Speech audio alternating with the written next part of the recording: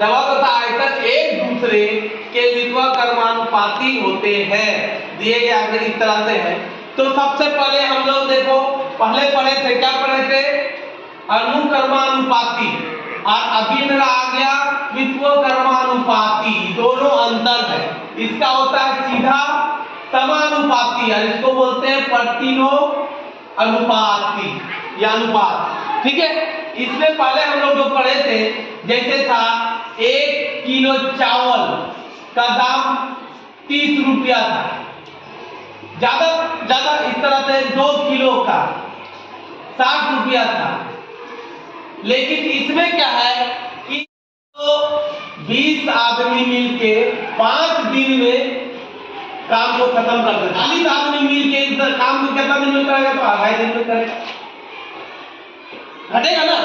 तो यहाँ बढ़ रहा है, ये घट रहा है, तो इसी को बोलते हैं। जैसे हम कोई भी, जैसे हम लोग लिख सकते हैं, जैसे हम लोग लिखते थे 2/5, तो इसमें क्या होता था 2/x/2 लिखते थे। तो इसमें होता था क्या कि हम लोग बस गुना करते थे, यानी 2 दूना 4 और 5x इस तरह से करते थे। अब इसमें व्युत्क्रमानुपाती में क्या है, मान लो 2/5 है ना बराबर x/2 हो, तो हम लोग इसमें क्या करेंगे कि ऊपर नीचे को गुना करेंगे। किसको गुना करेंगे?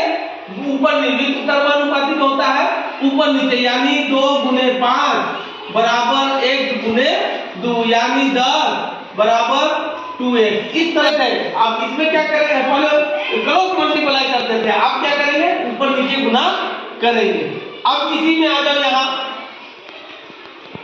पहला है 50/12 बराबर 60/y1, यही है ना। तो इसको हम लोग ऊपर नीचे जब गुना करेंगे तो 50 × 12 बराबर 60 × y1 करेंगे ना इसे।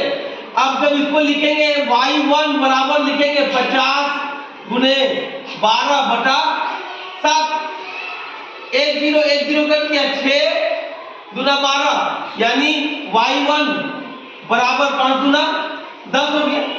10 होगा ना, 5 दूना 10 निकल गया y1 का मान। अब इसको लेना है तो यहां लिखेंगे 60/10, y1 का मान आ गया 10 बराबर इसको लेंगे x1/8। इसको भी इसी तरह करेंगे तो क्या होगा 7 × 10 बराबर x1 × 8। तो फिर x1 को यहां ले लेंगे तो क्या होगा 60 × 10/8। फिर 2 से काट दो, 2 चौका 8, 2 तिया 6, फिर 2 दूना 4, फिर 15 से कट जाएगा, फिर 2 बचे 10 यानी x1 बराबर 15 × 5।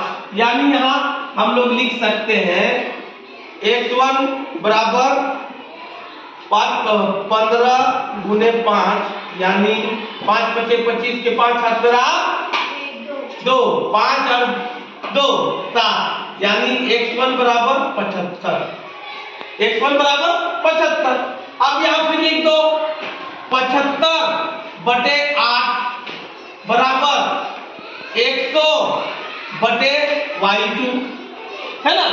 तो फिर भी इसी तरह करेंगे तो 75 × 8 बराबर 100/y2। y2 बराबर हम लोग लिख सकते हैं, y2 बराबर हम लोग लिख सकते हैं 75 × 8/100 होगा ना। अब इसको काट दो, 2 चौका 8, 50 से कट गया, फिर 2 दूना 25 से कट गया, अब 25 तिया 75 यानी y2 बराबर 3 दूना 6, 3 दूना 6। अब फिर आ जाओ यहाँ, इसको ले लो, ये हो जाएगा x2 है तो y2 का मान निकल गया ना मेरा, तो इसको ले लो 100/6 बराबर y2 का मान 6 आ गया ना, बटा लिख देंगे कितना x2/4 फिर इसी तरह इसको करो तो 100 गुने है ना 6 बराबर x2 गुने 4 करेंगे इस तरह। तो फिर इसको क्या करेंगे कि x2 को यहां ले लो बराबर क्या होगा 100 गुने 6 है ना बटे 4 25 चौका 100 होता है ना। तो यहां लिख सकते हैं हम लोग इधर लिख दो तो x2 बराबर क्या हो जाएगा 25 गुने 6 यानी x2 बराबर 25 छक 25 125 25 छक 25 150 होता है। x2 बराबर हम लोग लिख सकते हैं क्या लिखेंगे 25 गुने 6 यानी x2 बराबर 150। अब हमको क्या क्या मेरा आंसर आया पहले यहां लिख दो आंसर में y1 का मान कितना आया y1 देखो हम लोग निकाले कितना निकाले बोलो जोर से 10। y2 का मान हम लोग निकाले y2 कहां निकला है देख लो y2 यहां कितना आया x1 का मान कितना निकला x1 देखो कहां पे है x1 का मान कितना आया 75 और x2 का मान कितना आया देख लो x2 का मान 150। इस तरह से ये चारों मेरा आंसर हो जाएगा। समझ में आ गया। कर्मानुपाती में हम लोग क्रॉस मल्टीप्लाई करते थे लेकिन विश्वकर्मानुपाती में हम लोग क्या करते हैं ऊपर नीचे वाले को गुना करते हैं। तो यहाँ क्या दिया पहला क्या है 40 बटे y1 बराबर क्या है 20 बटे 15। विश्वकर्मानुपाती का मतलब होता है कि 40 यानी y1 गुने 40 ये लिखेंगे और 20 गुने 15 ये लिखेंगे। अब जब y1 बराबर 20 गुने 15 बटे कितना होगा 40 1 0 कट गया 2 से कट गया। आप 15 को 2 से भाग दे दो यानी y1 बराबर होता है 15 y1 बराबर होता है 15 बटा 2 यानी y1 बराबर होगा 7.5 होगा ना 7.5। अब हमको लेना है क्या इसको फिर लेना है यहां लिखेंगे 20 बटे 15 बराबर क्या होगा x1 बटे 5। फिर इसी करो 20 गुने 15 बराबर x1 गुने 5। अब x1 बराबर हम लिख सकते हैं 20 गुने 15 बटे 5 5 तिया 15 यानी यहां लिख दो इधर x1 बराबर हो गया 20 तिया 60 20 तिया 60 आ गया। यहाँ हम लोग 60 लिख दो यहाँ y1 का कितना आया था 7.5 आया। अब आ जाओ फिर ले लो यहाँ 60 बटे 5 बराबर 10 बटे y। फिर इसको पूरा गुना करो तो यहाँ इसी को पहले करते हैं y2 गुने 10 बराबर 60 गुने 5 y2 बराबर 60 गुने 5 बटे 10 10 छक 60 यानी y2 बराबर 30 y2 बराबर 30 6 बचे 30। तो यहाँ हम लोग लिख देंगे 30 यहाँ लिख देंगे 60 यहाँ कितना आया 7.5। अब आ जाओ y2 निकल गया y2 मेरा निकल गया।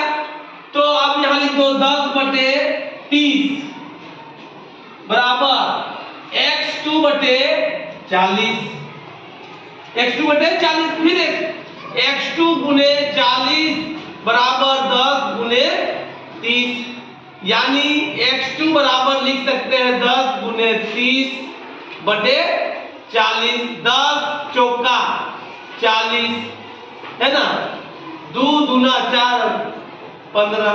फिर यहाँ लिख दो इधर यानी x2 बराबर 15 बटा 2 यानी x2 बराबर 7.5। अब आप लोग साथ साथ यहाँ भी x2 कितना आया यहाँ भी x2 कितना आया 7.5 5। अब हम लोग यहाँ लिख दो साफ साफ। सबसे पहले y1 कितना आया, जोर से बोलो, y1 कितना आया 7.5। y2 कितना आया, y2 कितना आया 30 लिख दो।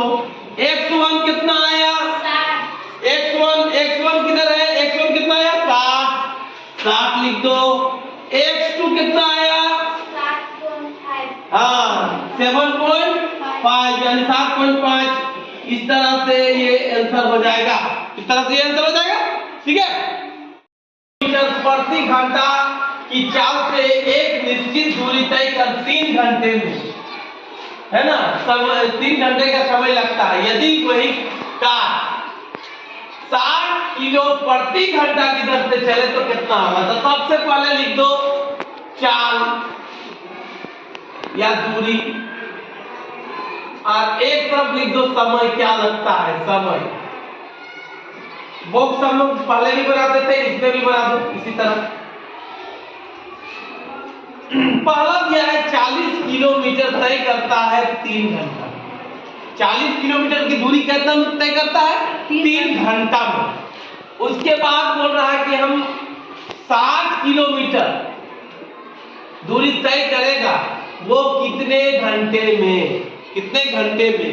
तो इसको भी हम लोग ऐसे लिख सकते हैं 40/3 बराबर 60 इसको x क्या y x मान लो तो x।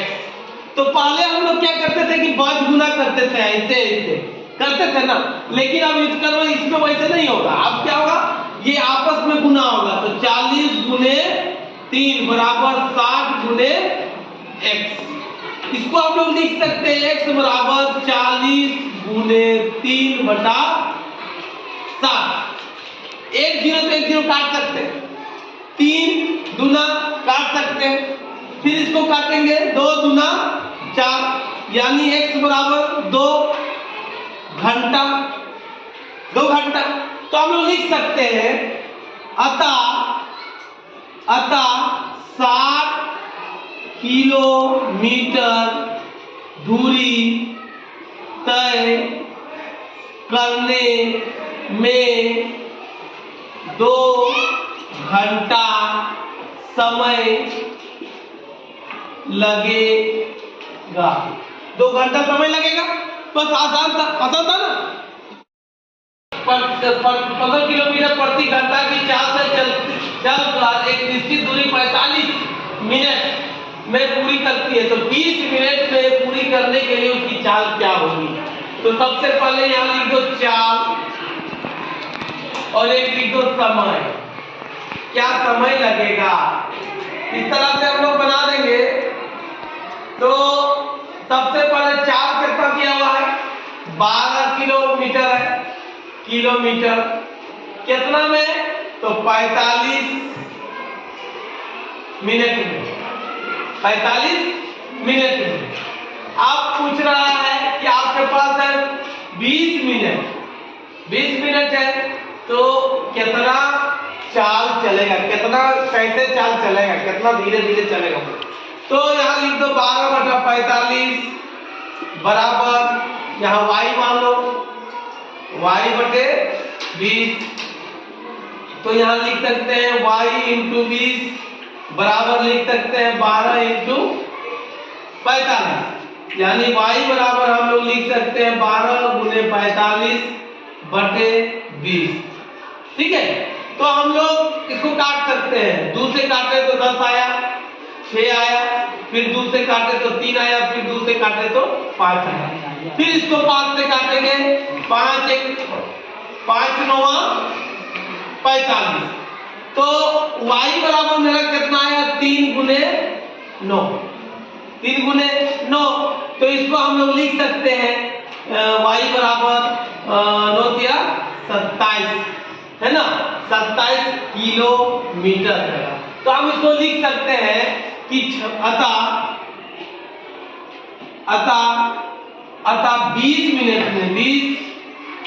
मिनट में, है ना, 20 मिनट में 27 किलोमीटर की दूरी तय करेगा।